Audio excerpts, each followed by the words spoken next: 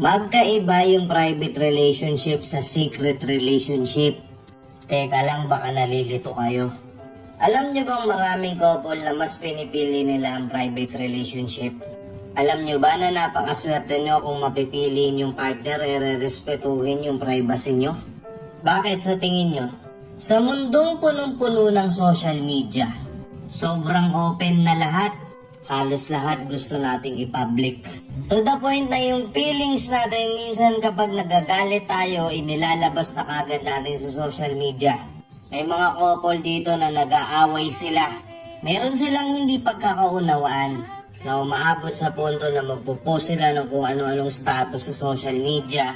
Lahat ng red flags ng partner nila, ibabagsak nila dito sa social media. Ipopost nila. Lahat ng galit nandun, makikita ng maraming tao. Tapos pag naging okay sila, hindi na nila may babalik. Labasan na ng marami na nakakatawan tignan kasi nag-aaway kayo sa social media tapos maya-maya okay na kayo ulit. Pero nalaman na lahat ng nakabasa na yun kung gaano kabaho yung ugali yung dalawa. Pinablik niya eh. Mas pinipili nung iba na private relationship na lang kasi mas peaceful eh. Hindi mo kailangan makipagsabayan sa mga trending na National Boyfriend's Day, National Girlfriend's Day. Na kapag nag-post yung tropa mo ng picture ng girlfriend niya, kailangan magpo-post ka din. Na kapag nag-My Day sila na nasa restaurant, sobrang sweet-sweet nila, kailangan ganun ka din. Hindi mo kailangan sumabay. Kagaya nga nung sinabi ko dun sa mga nakaraang video ko, paano mo nga ba malalaman kung mahal ka talaga ng isang lalaki? Yung tipong hindi kanya kailangan i-post sa social media. Siguro, for once in a while, mansary or anniversary, babatiin ka niya, papakita niya sa'yo na mahal ka niya. But not all the time, kailangan i-flex ka niya. Hindi requirements yun para sa'yo. Pero yung presensya niya, nakasama mo siya. Yung efforts, yung time, yung love, ibinibigay niya sa'yo. Personally and privately. Lahat ng efforts pinapakita niya sa'yo ng personal. Hindi niya dinadaan sa social media. Hindi ka niya ipopost sa social media kung ano-anong ipopost niya sa'yo nakaswitan sa social media. Tapos pagdating sa reality, pag magkasama na kayong dalawa, wala naman talaga siyang effort na pinapakita at ginagawa sa'yo. Binabaliwala ka niya. Wala lang, puro flex lang siya. Gusto niyo ba yung ganun? Okay lang ba sa inyo yung ganun?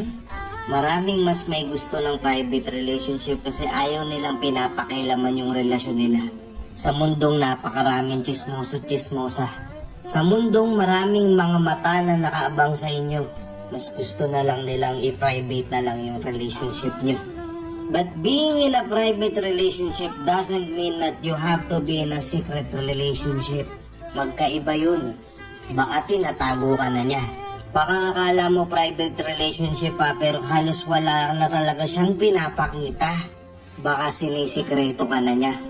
Hindi dahil sa gusto niyang i-private ka, baka kasi hindi ikaw talaga yung una niya.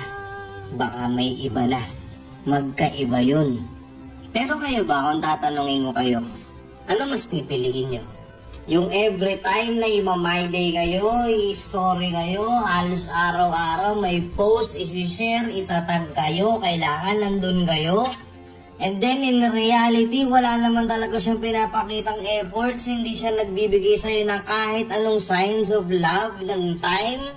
O mas pipiliin mo na hindi kanya masyadong pinapost sa social media, iniingatan ka niya. Ayaw niyang pag-usapan kayong dalawa ng ibang tao. Pinoprotektahan niya yung pangalan mo. Bihira ka niya i-My Day. To the point na naiinis ka na. To the point na questionin mo na siya kung bakit ganun. Ano ba, mahal mo ba ako talaga? Na oo, private siya pagdating sa ganung bagay sa social media. Pero pag in person, lahat ng effort ibinibigay niya. Ipinaparamdam niya sa'yo. Pinaparamdam niya sa'yo na mahal ka niya. Ano mas pipiliin mo? Private relationship o public relationship? Sino dito yung mga naandun sa ganong klase ng estado ng relationship na mas pinili nilang maging private na lang?